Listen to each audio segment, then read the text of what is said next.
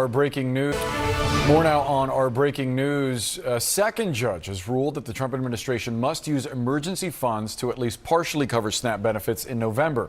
Remember, 42 million Americans depend on these benefits for groceries to feed themselves and their families. Yeah, so many people. And Renee Marsh is following this. Renee, what else are we learning? A very quickly moving story here. Yeah, so these two judges, one in Boston and one in Rhode Island, making these decisions just really just minutes apart. And so what we have here at this hour is that these two federal judges are aligned in saying that the Trump administration is required to tap into this emergency fund that is sitting at the USDA that contains close to $6 billion. They must tap into that fund to keep SNAP benefits going. If you remember, the Trump administration. So the White House is in full panic mode right now, and I mean absolute chaos behind closed doors, because a federal judge just refused to back down from what could become the most explosive constitutional confrontation in modern American history. We're talking about a sitting cabinet secretary potentially facing criminal contempt charges. We're talking about the Trump administration literally rushing to appeals courts in desperation, begging judges to shut down proceedings that could expose exactly how this White House operates when it thinks nobody's watching. And here's what makes this so much bigger than just another courtroom drama. About whether the President of the United States and his top officials can simply ignore federal court orders whenever they feel like it and face zero consequences. This is about whether the rule of law still means anything in America. And right now, as we speak, that question is being tested in real time. Let me be clear about what just happened, because the mainstream media isn't giving you the full picture. A federal appeals court had to step in at the last minute, literally hours before scheduled hearings, to temporarily pause what Judge James Boasberg had planned. We're talking about live testimony under oath. We're talking about whistleblowers ready to expose what really happened in those meetings where senior administration officials allegedly discussed telling the courts, and I'm quoting directly from Swartz, telling the courts to go pound sand. This isn't speculation. This isn't partisan spin. This is based on actual whistleblower complaints, actual court filings, and actual declarations submitted under penalty of perjury. And the Trump administration is so terrified of what might come out that they're throwing every legal weapon they have at this judge to make him stop asking questions. Now, before we go any further, I need to say something important. You can't really trust mainstream media anymore to tell you the whole story. They'll give you the headline, sure, but won't connect the dots. Won't explain why this matters for every single American, regardless of your politics. That's why we built this channel, to bring you real stories, real context, and no corporate spin. We dig into the court documents. We read the actual filings. We explain what these legal battles actually mean for the future of this country. If you want to stay ahead of the headlines, make sure you subscribe to the channel right now. We bring the news straight to you every single day. Just hit the subscribe button below to join us. And if you want to support this work and be part of a community that truly cares about the truth, this is your moment. Subscribe, leave a comment telling us what you think about what's happening to our courts, to our system of checks and balances. All right, let's get back to the video. Here's what happened. This whole saga traces back to March 5th, 10th, 2025, when the Trump administration invoked something called the Alien Enemies Act, an 18th century wartime law that has almost never been used in peacetime to deport over 200 Venezuelan men to El Salvador. Now, understand what this law was designed for. Written in 1798. When the young American Republic was genuinely worried about foreign invasions during actual declared wars, it gives the president extraordinary powers to round up and remove citizens of enemy nations without the normal due process protections that immigrants would otherwise receive. But here's the thing. There's no declared war with Venezuela. There's no formal conflict. Trump administration is using a wartime statute during peacetime, arguing that Venezuelan gangs constitute some kind of invasion force that justifies emergency powers. Federal Judge James Boasberg, who serves as chief judge of the U.S. District Court for the District of Columbia, was hearing a challenge to this use of the Alien Enemies Act. During a hearing on that March 5th, 10th date, he issued an order. He told the government to halt the deportation flights. He told them that the planes needed to be turned around. He wanted 14 days to properly consider the constitutional questions at stake. That seems reasonable, right? A federal judge says, hold on, let me review whether what you're doing is legal. And government is supposed to comply with that order while the legal questions get sorted out. That's how the American system of government is supposed to work. The executive branch doesn't just get to ignore the judicial branch whenever it finds a court order inconvenient. Happened instead. Those planes kept flying. Those deportees landed in El Salvador. El Salvador's president, Nayib Bukele, actually posted on social media, and I wish I was making this up, He posted the word oopsie above a news article about Boasberg's order. He was essentially mocking a federal judge's order in real time while the United States government was defying it. And the dust settled, over 200 men were sitting in C. El Salvador's notorious mega prison, despite a federal judge's explicit instructions that they should not be removed from U.S. custody. Now, the Trump administration's defense here has evolved over time, and it's worth tracking exactly how their story has shifted. Initially, they claimed the planes were already in the air when the order came down, so technically those deportees had already left U.S. jurisdiction. But that explanation has some serious problems. For one thing, there's evidence suggesting that at least one flight departed after the judge's oral instructions during the hearing. Another, the administration's own lawyers were in the courtroom when Boasberg gave those instructions. They heard him say to turn the planes around. According to whistleblower complaints filed by a former Justice Department lawyer named Ares Rubin, there were meetings the day before, on March 14th, where senior officials discussed what to do if a judge tried to stop them. According to Reveni's account, a top Justice Department official named Emil Bove allegedly told lawyers that the DOJ would need to consider telling the courts, and again I'm quoting the whistleblower complaint, telling them to go perform an anatomically impossible act on themselves and ignore any such court order. The administration denies this characterization. Emil Bove is no longer with the administration, so he hasn't provided his own declaration. But here's what we do know from actual court filings. Homeland Security Secretary Kristi Noem has now been identified in sworn declarations filed by the Justice Department itself as the official who gave the order to continue the deportation flights after being briefed on Judge Boasberg's directive. Let me say that again so it sinks in. Secretary of Homeland Security, a cabinet member, allegedly ordered the continuation of deportation flights after she was told that a federal judge had ordered those flights stopped. And she did this based on legal advice from Justice Department lawyers and the acting general counsel for DHS. Now, you might be thinking, okay, so there's a dispute about court orders and timing and legal interpretations. That's what appeals courts are for, right? And you would be correct. The Trump administration did appeal, and eventually the Supreme Court ruled that Judge Boasberg didn't actually have jurisdiction over the Alien Enemies Act deportations. The administration won that particular legal fight, but here's where things get really interesting. Really important for understanding what's at stake. Judge Boasberg has determined that the Supreme Court's jurisdictional ruling doesn't cancel out his concern about whether his orders were intentionally defied. Even if a court order turns out to be wrong on appeal, parties are supposed to comply with it while seeking that appeal. You don't just get to ignore judges because you think you'll eventually win on appeal. That's not how the rule of law works. Then every court order would be essentially optional, because anyone could just say, well, I think I'll win on appeal eventually, so I'm not going to comply right now. So Judge Boasberg initiated contempt proceedings. Like in April, he issued what's called a finding of probable cause, which means he determined there was enough evidence to believe the Trump administration had violated his order and that this violation might have been willful. He gave the government opportunities to purge the contempt, which basically means comply with the original order by returning the deportees to U.S. custody. The government didn't do that. The men are still in El Salvador. Still in that mega prison. And so Boasberg has been trying to figure out who exactly made the decision to defy his order and whether that defiance was intentional. This is where the constitutional crisis really starts to take shape. Over the past several weeks, Judge Boasberg has been demanding information. He's been asking for declarations from administration officials. He's been trying to establish who knew what, when they knew it, and why they made the decisions they made. And the administration has been providing as little information as possible while simultaneously arguing that the judge has no authority to even ask questions. Last week, the Justice Department filed declarations from several officials. Secretary Noem filed a declaration saying she was the decision maker and she acted based on legal advice. But she didn't provide the details Boasberg wanted about the substance of that advice or her reasoning. Deputy Attorney General Todd Blanche and Homeland Security General Counsel Joseph Mazzara filed declarations saying they provided legal advice but declining to reveal what that advice was, claiming attorney-client privilege. And the Justice Department's lawyer, a man named Tiberius Davis, essentially dared Judge Boasberg to either make a contempt referral or drop the whole thing. He said the administration has provided all the information it's willing to share. And if that's not good enough for the judge, then he should go ahead and make his referral. But Boasberg wasn't satisfied. He determined that Secretary Noem's declaration didn't provide enough information for him to conclude whether her decision constituted a willful violation of his order.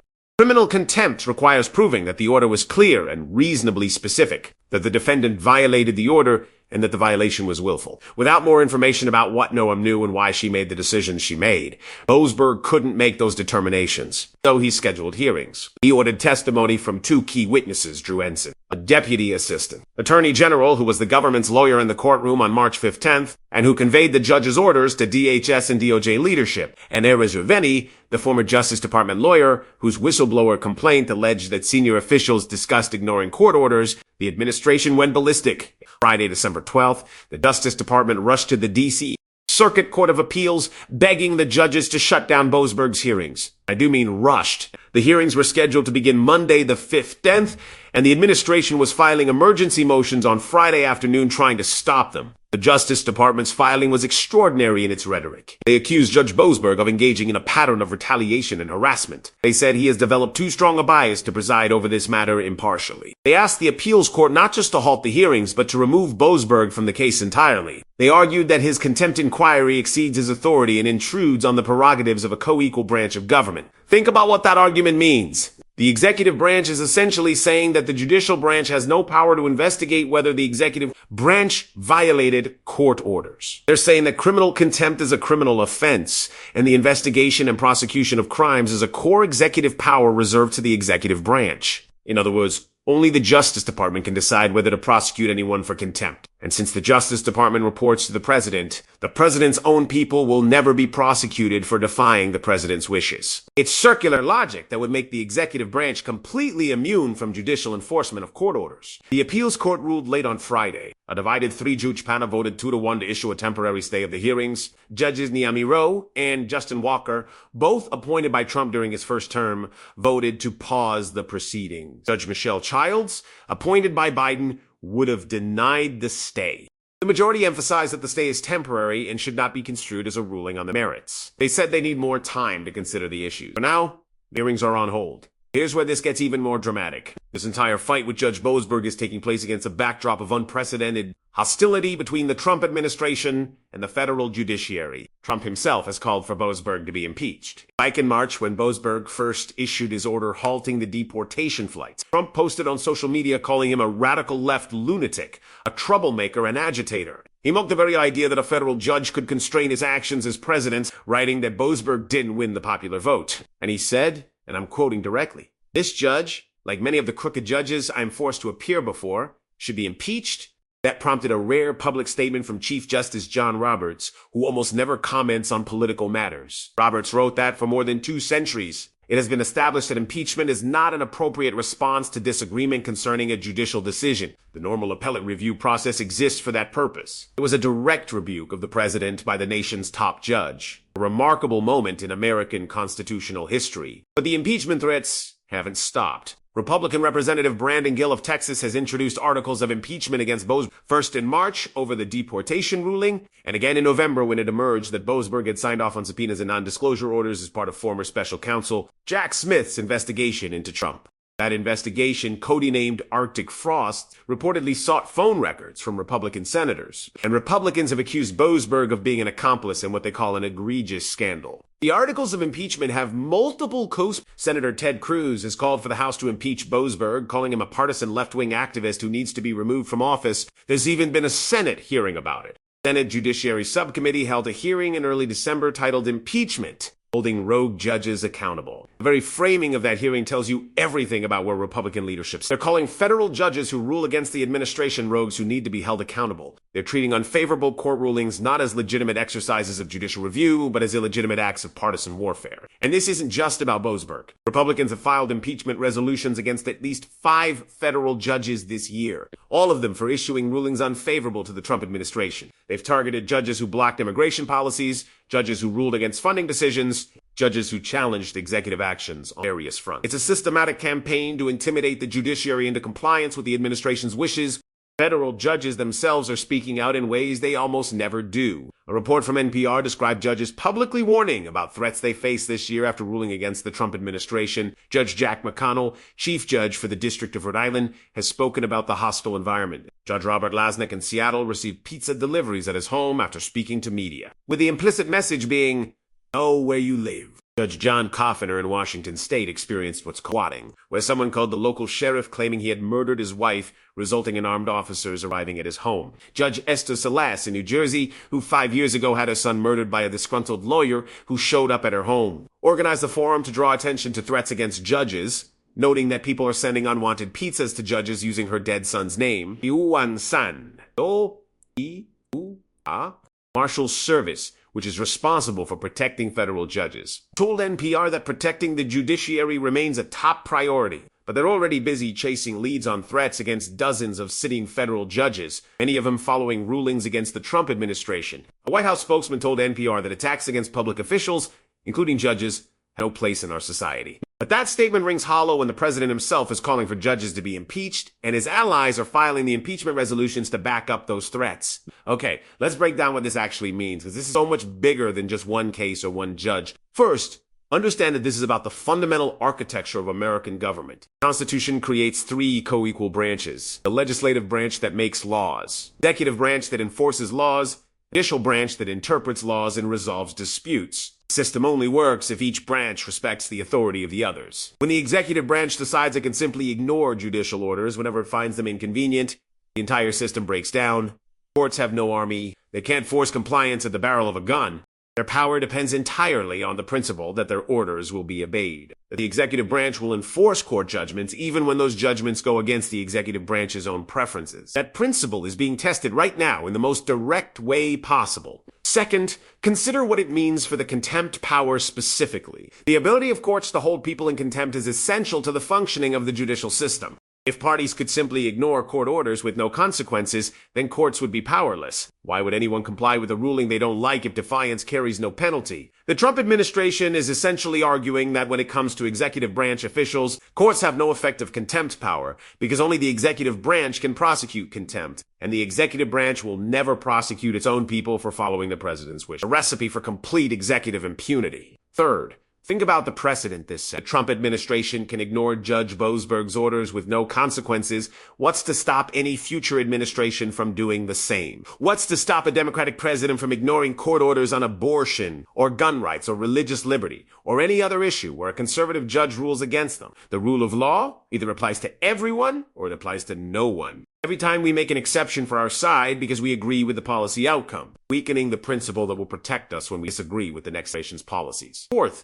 consider the specific context of immigration enforcement. The Alien Enemies Act is a wartime statute being used in peacetime. The administration is arguing that Venezuelan gangs constitute an invasion force that justifies emergency powers. But that's an extraordinary claim. If the president can declare that any criminal organization from a foreign country constitutes an invasion, thereby triggering wartime authorities, then there's essentially no limit on executive power. Every drug cartel, every foreign gang, every criminal network with international connections could potentially be used to justify emergency deportation powers that bypass normal due process. And if courts can't review these determinations, or if their review can simply be ignored, then the safeguards we have against government overreach become meaningless. Fifth, look at what's happening with presidential immunity more broadly. Last year, the Supreme Court ruled in Trump v. United States that presidents have broad immunity from criminal prosecution for official acts. That decision has been enormously consequential. It delayed and ultimately derailed the federal prosecution of Trump for his alleged role in January 6th and the attempt to overturn the 2020 election. It's being invoked in other contexts now, including to shield administration officials involved in controversial military strikes against suspected drug boats in the Caribbean that have killed dozens of people. The administration is even demanding that the International Criminal Court amend its founding document to guarantee that it won't prosecute Trump or other administration officials. They're threatening sanctions against ICC judges if the court doesn't comply. We're watching the construction of an imperial presidency in real time. Between the immunity ruling and the refusal to comply with court orders and the impeachment threats against judges and the dismantling of independent agencies and the removal of inspectors general and the firing of the special counsel and the gutting of the Merit Systems Protection Board, every institutional check on presidential power is being systematically neutralized. The Boasberg contempt case is one of the last remaining fronts where anyone is even trying to hold the line. Sixth, consider the political dimensions. The 2026 midterm elections are approaching. How this constitutional crisis plays out could have enormous electoral consequences. If the administration is seen as lawlessly defying courts and getting away with it, that energizes one base while outraging another.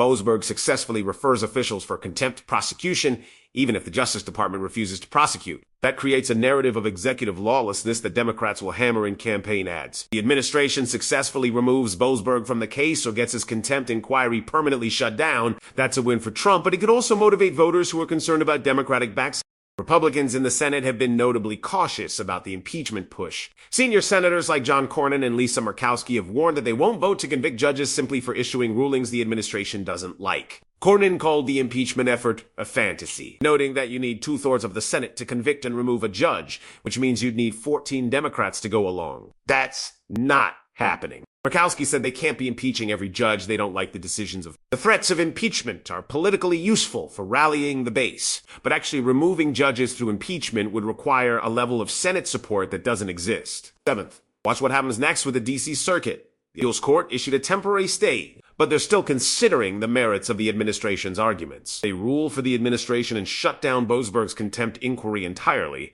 That would be a massive victory for executive power and a devastating blow to judicial authority. If they rule against the administration and let the hearings proceed, we'll see actual testimony under oath about what happened on March 5th, who made what decisions and why, and whether senior officials really did discuss ignoring court orders. Either outcome will be historic. Eighth, consider the international implications. America's allies are watching this. Our credibility as a nation governed by law, as a nation where even the most powerful officials are accountable to the courts, is part of what gives us moral authority in the world. When we lecture other countries about rule of law and judicial independence, they can point to what's happening here. How can we criticize authoritarian regimes for defying their courts when our own administration is doing the same? How can we promote democratic values abroad when democratic norms are being eroded at home? The markets are watching too. One of the things that makes America attractive for international investment is the stability and predictability of our legal system. Investors know that contracts will be enforced, that disputes will be resolved fairly by independent courts, that the government can't just take your property or void your agreements on a whim. When the executive branch demonstrates that it will defy court orders when it finds them inconvenient, that uncertainty seeps into everything. It's not just about immigration or executive power. It's about whether the basic legal infrastructure of American commerce remains reliable. Our adversaries are watching most closely of all. Russia, China, Iran, they all benefit when America looks like a nation and constitutional. They benefit when we're distracted by internal legal battles instead of focused on external threats. They benefit when our moral authority is diminished by our own government's apparent disregard for the rule of law. Every time Trump attacks a judge or Republicans file impeachment articles against jurists who rule against the administration, it's content for foreign propaganda operations that want to portray American democracy as hypocritical and failing. So here's the bottom line. What's happening right now with Judge Boasberg isn't just a legal dispute about immigration enforcement or deportation flights or the Alien Enemies Act. Test of whether the American system of checks and balances still functions. It's a test of whether federal courts can hold the executive branch accountable. It's a test of whether the rule of law applies to everyone or whether those in power can simply opt out when compliance becomes inconvenient. The appeals court has temporarily paused the contempt hearings, but this story is far from over. The D.C. Circuit still has to rule on the merits of the arguments. If those hearings eventually happen, we'll hear testimony from witnesses who were in the room when these decisions were made. We'll get answers under oath about whether senior administration officials really did discuss ignoring court orders as a matter of policy, and Judge Boasberg will have to decide whether to refer anyone for criminal contempt prosecution. Full well that the Justice Department he'd be referring to is controlled by the very people who might be the targets of that referral. The administration is betting that they can run out the clock, that they can obstruct an appeal until the whole thing fizzles out. Tension moves on to the next crisis. They might be right. The American public has limited bandwidth for constitutional controversies, and there's always something new to be outraged about. This one matters. This one goes to the heart of what kind of country we are. Because if the executive branch can simply ignore the judicial branch whenever it wants, then we don't have 3 co-equal branches of government anymore. We have 1 branch with all the power and 2 branches with fancy titles and no teeth. Keep your eyes on this case. Watch what the D.C. Circuit decides. Watch whether the hearings eventually happen. Watch whether anyone faces actual consequences for what appears to be deliberate defiance of a federal court order. And ask yourself, if this administration can get away with ignoring judges today, what will the next administration get away with tomorrow? The precedent being set right now will shape American governance for decades to come. This isn't just about Trump and Boasberg. This is about whether the Constitution means what it says, whether power has limits, whether anyone in this country is truly above the law. And right now, in real time, we're finding out the answer. The story is evolving rapidly. A temporary stay from the D.C. Circuit could be lifted at any time. The appeals court could rule on the merits within days or weeks. And the broader conflict between the Trump administration and the federal judiciary shows no signs of cooling down. Dozens of other cases working through the courts, dozens of other judges being threatened with impeachment, dozens of other institutional battles being fought on multiple fronts. What happens with Boasberg will influence all of them. A victory for executive defiance here will embolden the administration in all those other fights. A defeat will at least create some pause, some reminder that courts still have power, that the Constitution still constrains the president even when he doesn't want it to. We'll be watching every development and bringing you the analysis you need to understand what it all means, as this matters. This matters more than almost anything else happening in American politics right now. The future of our system of government is being decided not in some abstract theoretical sense, but in actual courtrooms, in actual filings, in actual confrontations between judges and the executive branch, and every American should be paying attention. Watching, make sure you subscribe so you don't miss our coverage as this story continues to unfold. Share this video with anyone who needs to understand what's really happening to the rule of law. Stay vigilant, because the price of liberty, say, is eternal vigilance. And right now, liberty needs all the vigilance we can muster.